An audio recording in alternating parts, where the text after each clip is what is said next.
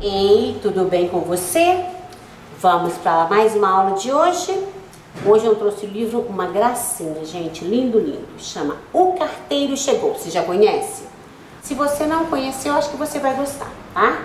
Esse livro, então, é da Janet e Alan Alberg. Ele foi feito pela Companhia das Letras. E nós temos aqui na capa os personagens dele. E temos na quarta capa os gêneros textuais que vão aparecer nesse livro. Vamos lá, então, na história para você ver como é que ele diversifica as linguagens. Nossa aula de hoje é sobre o letramento literário. Gente, esse assunto é muito importante para quem é professor. Por quê? O livro vai para a sala de aula e a gente precisa de trabalhar o livro de uma forma mais bacana para a criança se tornar um leitor mais, que gosta mais, que cria o hábito de leitura. Então, como o assunto é letramento literário, eu vou ler várias citações desse livro aqui, olha. Do Rildo Cosson. Esse livro é um clássico sobre o letramento literário.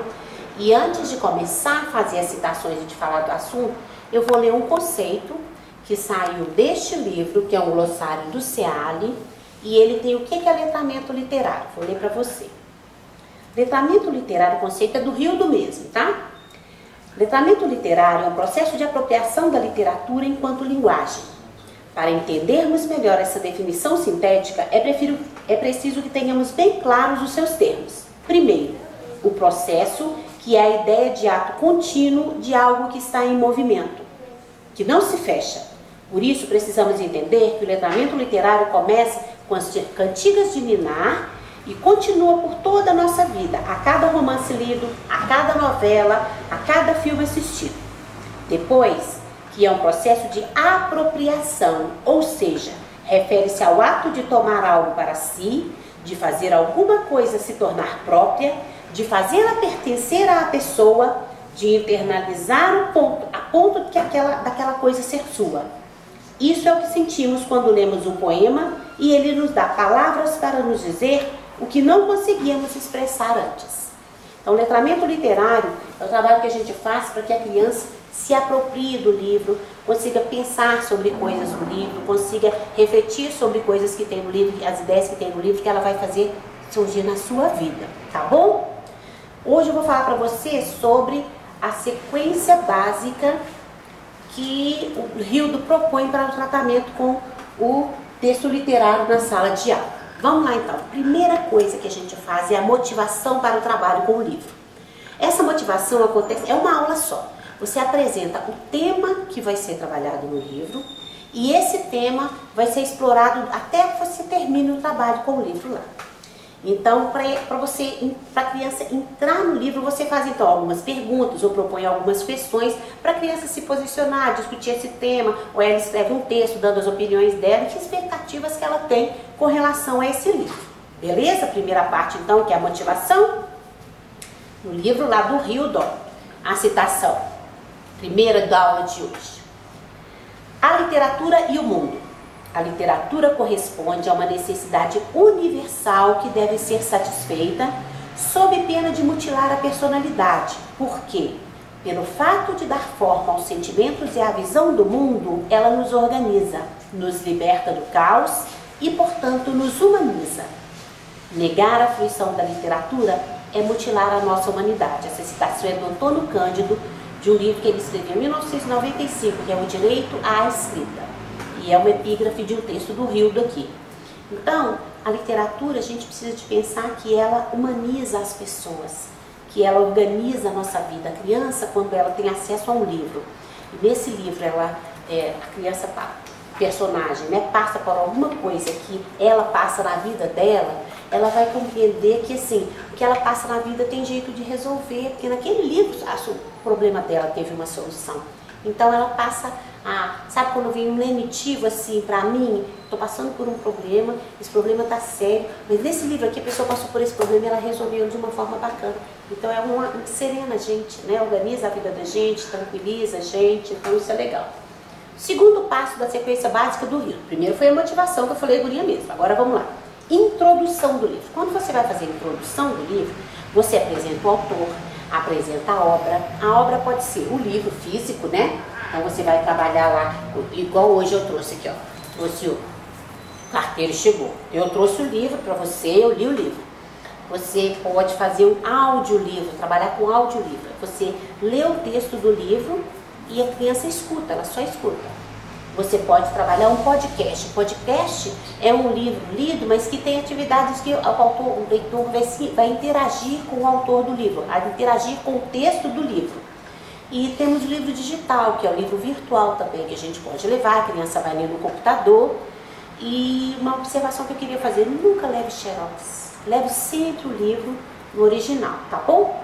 Fala uma biografia do autor, se o autor tiver outros livros, você fala desses outros livros também, justifica a escolha do livro, por que você gostou, que você levou desse livro? Eu falei pra você, o Carteiro de Poeta, eu adoro esse livro, por isso que eu trouxe pra você.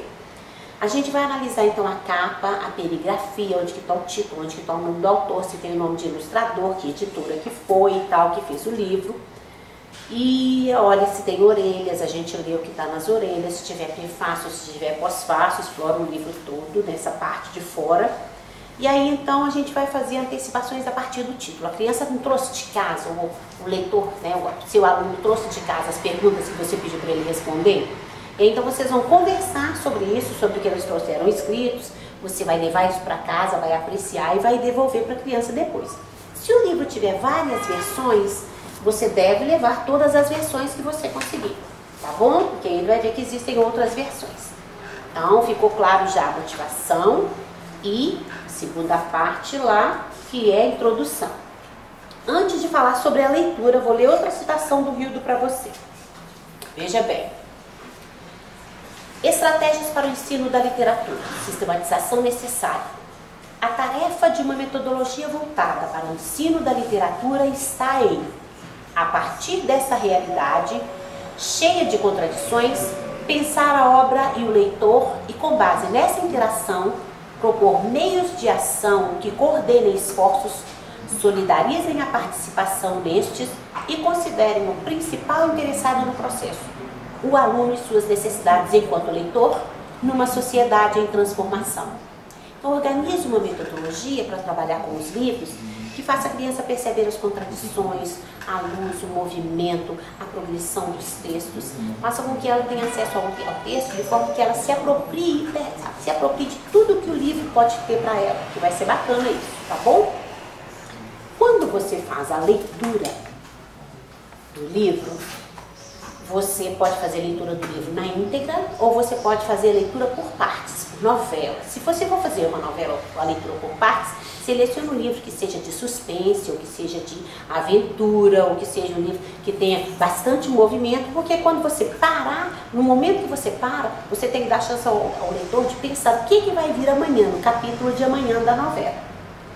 Vamos então fazer agora o último passo, que é a interpretação da história. Sempre que você puder, peça uma produção escrita, tá bom? Seja alguma coisa boa da criança escrever. A gente pode explorar o livro, olha, levando um poema de algum item ou de algum tema do livro, uma pintura, né? Eu vou formar para você uma pintura. Na próxima aula eu vou trazer uma pintura que vou te mostrar, né? Para a aula de hoje, não. Na próxima aula eu vou te mostrar. Uma pintura, uma escultura. Essa escultura aqui, olha, é uma escultura que é feita de papel, ela é feita de jornal.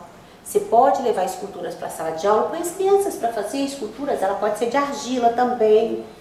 Pode levar músicas para a sala de aula que explorem o assunto do livro. Pode levar um filme, um documentário, um curta-metragem. Você pode ver prós e contras que existem com relação a comparações que você pode fazer a partir do livro. Faz uma análise detalhada das imagens, o tipo de letra, o tamanho da letra, quais valores podem ser trabalhados a partir daquela obra, como é que a gente pode trabalhar esses valores. Pode propor montar um livro, escrever um livro, montar um portfólio, porque às vezes o livro é virtual, você pode pegar imagens de outros lugares, imagens de revista, e pode montar o portfólio, o assunto do livro. Pode fazer um teatro, ou uma dança, ou uma obra de arte visual, ou uma playlist, ou um vídeo relacionado a playlist de músicas relacionadas ao assunto do livro, ou um vídeo relacionado ao assunto do livro, ou alguma coisa que você pediu para as crianças criarem a partir do livro. Você pode também pedir escritas que eles podem fazer para refletir sobre o que eles viram, sobre o que eles ouviram na obra, sobre o que essa obra traz para ele em relação às diferenças culturais que ele vive na vida dele, as questões éticas que são tratadas no livro, as questões religiosas, as questões biológicas. Quando você pede a criança para escrever sobre isso, ela entra no livro, ela entra no assunto do livro de uma forma bem bacana, não é? Vamos lá então a mais uma citação do livro do Rio do Alto. Sequência básica. É a propósito da literatura que a importância do sentido do texto se manifesta em toda a sua plenitude. É essa plenitude de sentido o começo, o meio e o fim de qualquer trabalho com texto que deve acontecer na sala de aula. Todas as atividades escolares das quais o texto participa, das quais a criança participa, precisam ter sentido para que o texto resguarde o seu significado maior. Essa citação é da Marisa Lajolo e o texto não é pretexto. O livro que foi tirado isso é Leitura em Crise na Escola, as alternativas do professor. O livro é de 1986, mas é um livro que é assim, bem atual, sabe? Então quando você trabalha na escola com o propósito de que a criança consiga ter sentido na leitura que ela faz e se apropriar da leitura, é o que há de melhor e de tudo de bom. Agora eu vou falar para você sobre alguma coisa com relação às bibliotecas escolares e às salas de leitura. Às vezes, o professor que vai para a biblioteca é uma pessoa que está em laudo médico, a pessoa, né, teve algum problema de doença e ele volta para a escola e não pode ficar na sala de aula, então ele vai para a biblioteca. Outras pessoas que vão para a biblioteca trabalhar lá também, às vezes pessoas que são com exaustão profissional, a pessoa que tem depressão, sabe? Que ela não está muito bem, que ela, né, não pode ir para a sala, ela fica lá.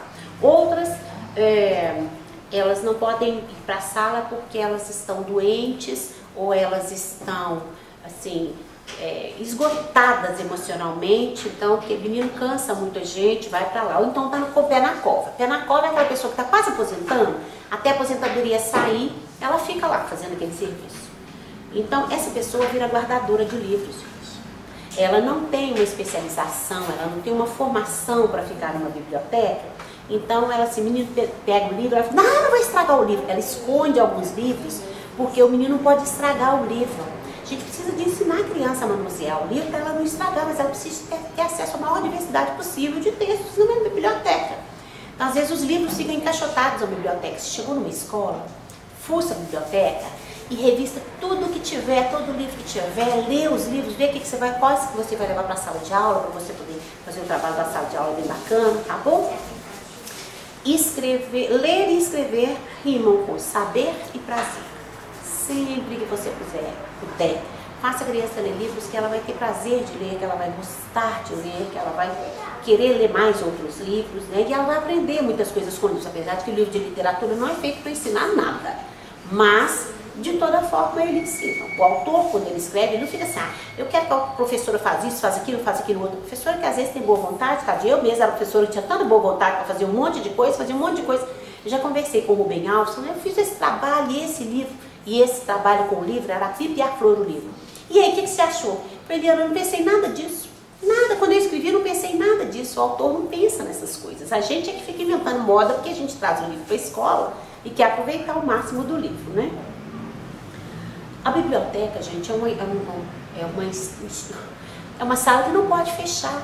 Então, precisa de ter mais de um funcionário, porque quando um sai, o outro precisa de ficar. Porque a biblioteca precisa ficar o tempo inteiro aberta. Eu já vi, e isso é muito triste, professora, que o menino fazia alguma coisa que era, né, errada, equivocada, que ela não gostava, e ela virava, a sanção que ela dava para ele assim, vai para a biblioteca e fica lá dentro. Olha, o castigo que a professora dava para o outro, ela fica dentro da biblioteca. Muito triste isso, não faz isso não, tá? A biblioteca precisa de ser, então, um lugar arejado, um lugar colorido, que tenha almofada, que tenha tapete, tapete borrachado no chão, mesa, cadeira, aquelas cadeiras dobráveis, porque o menino pode levar para mais perto da janela, mais longe da janela, se ele quiser. Os cestos de livros que são os mais mordidos, que são os mais lidos, que são de determinados temas, às vezes tem cesto por tema, né? A bibliotecária, então, é uma funcionária que ela deve recontar os contos de fadas nas salas de aula, que ela pode modernizar os contos de fadas, introduzindo palavras que são da atualidade, telefone celular, né, televisão, produtos orgânicos. Então ela pode introduzir isso e pedir à criança para modernizar as histórias. Às vezes, já falei que os livros ficam dentro do armário lá, tira tudo e bota para frente, vamos botar para jambrar. Ela pode também fazer um sarau de poesia. Então as crianças vão à biblioteca, pegam poesias, levam para casa, declamam as poesias, tem umas que até decoram, sabe? Tem outras que fazem a leitura mesmo. E aí vai dar uma premiação para as crianças que declamarem os melhores poemas, ou todo mundo que participar ganhar um prêmio, alguma coisa, para incentivar, né? Eu não sou a favor de prêmio, não. Mas tem determinados momentos, quando é relacionado à literatura, eu acho que o incentivo é bacana, porque é o acesso ao livro que está na mão da gente para propor para a criança, né? Concurso Pequenos Contadores de História. Já fiz isso muito na minha sala, na escola que eu trabalhava. Eu trabalhava na escola chamada Maria de Resenha, uma escola excelente, que eu adorava trabalhar lá, e a gente tinha a bibliotecária que promovia o concurso. As crianças iam à biblioteca, pegavam um livro de literatura, levavam para casa, ensaiavam o livro, e a gente fazia dentro da sala, os alunos contavam, faziam contação de histórias, a gente elegia qual daqueles alunos ia representar a nossa turma. E tinha um concurso da escola. A escola tinha 18 turmas, e aí um dia desciam todas as turmas, a gente sentava no pátio e a gente ia ver as contações, e então elegia qual que era o melhor contador de histórias. Todos eles ganhavam um kit com caderno, lápis, borracha, essas coisas, lápis de cor. Então era uma forma de incentivar, e os meninos adoravam ser contadores de histórias. Sacola literária, quase todo mundo já faz, né? Uma sacolinha que leva para casa para poder fazer o registro da leitura. Os pais ajudam a criança, faz registro de formas diferentes. Às vezes, quando a sacola literária volta, tem escola que os pais também vêm e ajudam a criança a mostrar o livro para a sala, para a turma, não é? A roda de leitura, que a gente faz a leitura compartilhada com algumas pessoas. Às vezes eu escolho o livro, porque eu estou coordenando a roda naquele dia. Às vezes a roda escolhe um livro, faz a leitura e faz a discussão de um. E tem o clube de leitura. O clube de leitura, a gente lê o livro em casa e a gente se reúne para poder comentar o livro que a gente fez a leitura lá em casa. E a gente vê que às vezes a biblioteca, assim, uma bibliotecária tem redes municipais, né, que são assim, é uma bibliotecária para atender 6 escolas. Então essa pessoa ela vai na escola uma vez por semana, ou demora mais de uma semana para poder chegar na escola. Então a criança, a professora que fica lá na biblioteca, nos outros dias da semana, ela tem muita coisa para fazer. Ela tem que fazer os empréstimos, ela tem que organizar o espaço, ela tem que ver o tempo de acesso aos livros, porque tem um horário que cada professora manda os seus alunos para poder selecionar os livros, não é? Então ela precisa de atender esses alunos durante o tempo todo que eles vão fazer a troca de livros. Ela precisa de trocar os livros que são do cantinho de leitura também, porque o cantinho de leitura da sala de aula é revezado, ela pode trocar os cantinhos de leitura. Então ela, uma semana ou 15 dias, ficou o cantinho de leitura numa sala. Depois a bibliotecária mesmo é que vai trocar os livros e vai pedir às crianças para poder, pedir à professora para poder trazer os que ela tem lá e levar outros. Isso tudo ela tem que fazer junto com o trabalho de empréstimo de livros lá. Ela também orienta as turmas no ritual da leitura, dos cuidados que tem que ter o livro, com o livro que não pode escrever, que não pode dobrar, que não pode comer perto para não engordurar o livro, né? Ensinar como é que passa as páginas, como é que a gente lê uma história. Então é muita coisa para a bibliotecária fazer. O que ela faz? Para facilitar o empréstimo de livros, ela tem uma mesa assim, olha, e nessa mesa as crianças que vão vir agora têm 6 anos. Ela seleciona alguns livros e deixa aqui uns 10 livros, cada criança que chega escolhe um. Então a criança escolhe o livro dentro de uma escolha que já é feita pela bibliotecária, né? Ao passo que tem outras escolas em que tem uma parede, os livros ficam todos expostos na parede. Se eles puderem ficar expostos de frente, sim, é melhor, né? E a criança então olha todos os livros que tem, ela que vai escolher, ao invés de escolher só esses pouquinhos que estão na mesa. Mas essa é a possibilidade que a gente tem de fazer o melhor trabalho na sala de aula, na biblioteca da sala, da escola. Às vezes a escola não tem nenhuma biblioteca, ela tem só uma sala de leitura, uma salinha pequenininha que os livros ficam lá. Então a gente vai agir de acordo com a realidade que a gente tem, né? E aí então, olha, na escola a leitura de livros de literatura nunca é apenas ler para ler, infelizmente, né? A gente precisa de deixar a criança levar livro para casa, que ela vai ler, só para ter o prazer de ler, não tem que, sabe, porque ela quer, ou porque ela escolheu aquele livro. A gente gosta de fazer isso. Na nossa vida a gente gosta de fazer isso. A gente gosta de ter um livro lá na cabeceira, a gente lê a hora que a gente quer, do jeito que a gente quer, a gente lê deitado, lê o livro de trás para frente, salta um pedaço, e a gente gosta do livro mesmo assim. A criança a gente não deixa ela exercer esse direito, não é? Então a gente precisa de ver, com esse livro o que é que eu vou fazer, com outro livro o que é que eu vou fazer, com outro livro o que é que eu vou fazer, para fazer um trabalho bacana. Então, ó, é preciso resgatar o hábito e o gosto pela leitura. Por favor, faça isso, tá bom? Na sua sala lá, se você conseguir. Agora eu vou mostrar para você uma coisa que eu vi, o mapa da história, que eu vi eu entrei lá de olheira no programa Tempo de Aprender. Isso aqui, olha, vai dar para você ver daí, vai dar para você ver daí. Isso aqui é um mapa da história. As histórias que você levar para a sala de aula, vê se você consegue fazer com a criança um trabalho de exploração. Olha, os personagens, quais que são, né? Qual que é o tipo de personalidade que eles têm, o que eles fazem na história. Eu não gosto de perguntar qual que é o personagem principal para o aluno. Eu prefiro perguntar qual que é o personagem que você se identificou. Isso porque eu tive um aluno, eu dava aula, falei, qual que é o personagem principal do livro da Bonequinha Preta? Tá até aqui o livro da Bonequinha Preta, depois eu vou te mostrar. Ele falou assim, o moço que vendia alface, professora, ele vendia alface na feira com o pai dele. Então ele achou que o cara que vendia alface era a melhor pessoa que tinha na história, né? A identificação dele foi com essa, foi com esse personagem. Qual que é o cenário, onde que as coisas acontecem, que tempo que é esse, qual que é o problema que aconteceu lá na história, que etapas que foram feitas e como é que se resolveu a questão. Então as histórias clássicas, essa estrutura acontece nas histórias clássicas muitas vezes. Em algumas histórias não. Por exemplo, vou te mostrar aqui, olha, um livro aqui, deixa eu ver onde que ele tá. Ixi, não tá aqui não. Depois eu pego. O livro Menina Bonita do Laço de Fita é um livro que a gente vê os personagens lá, mas eles, a gente não tem o que acontece naquela sequência, é só aquela cena. É como se você filmasse alguma coisa, em cima ali aconteceu umas cenas ali, mas não tem uma sequência. O que acontece com aquelas pessoas, de onde que elas vieram, né? Por que tá naquilo ali, por que chegou naquilo ali, o que vai dar depois dali, a gente não vê. O livro do Menino Maluquinho também, do Ziraldo.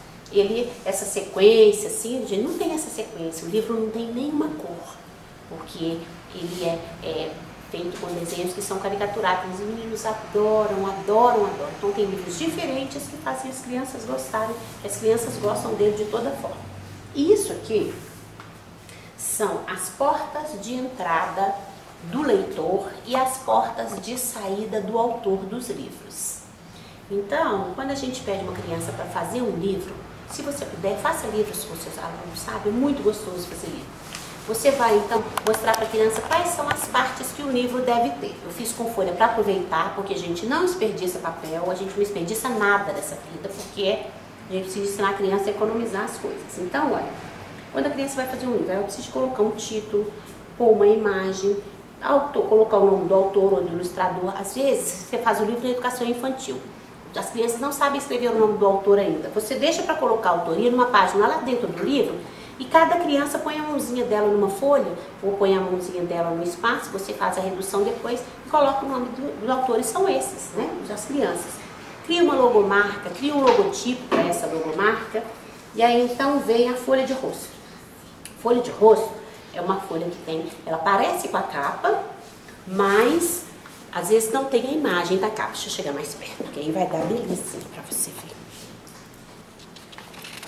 Depois da folha de rosto, temos aqui a ficha técnica. Ó.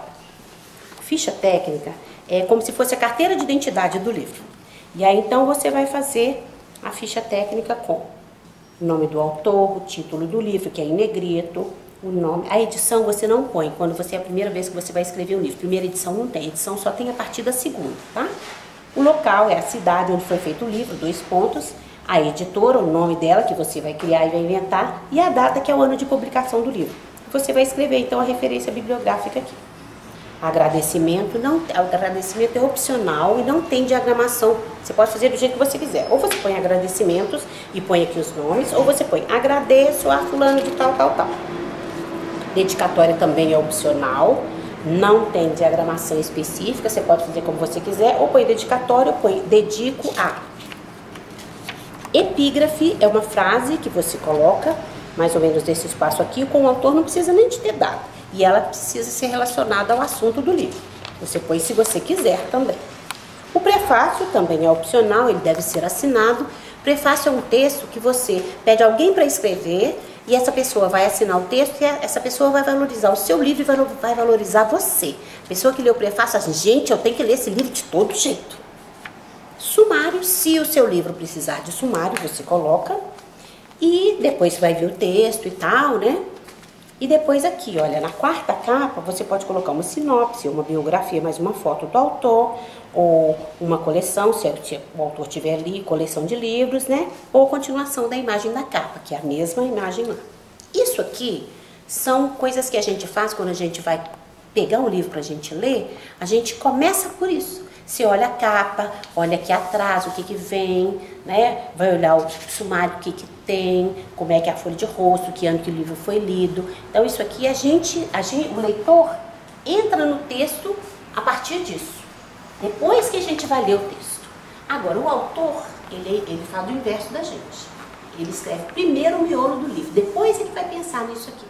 Lembrando para você que o autor não interfere na capa do livro, porque a capa é do ilustrador. O ilustrador pode fazer a capa do jeito que ele quiser. Se você é o autor e não gostar, você pode até pedir para trocar, mas a capa é alguma coisa que a gente não interfere, tá bom? Tem aí então, trouxe tudo para você hoje que era sobre letramento literário. Espero que você explore bastante os livros na sala de aula de uma forma bem adequada, bem bacana para a criança gostar muito de ler, tá bom? Abraço para você, bom trabalho, fica com Deus e tudo de bom. Tchau!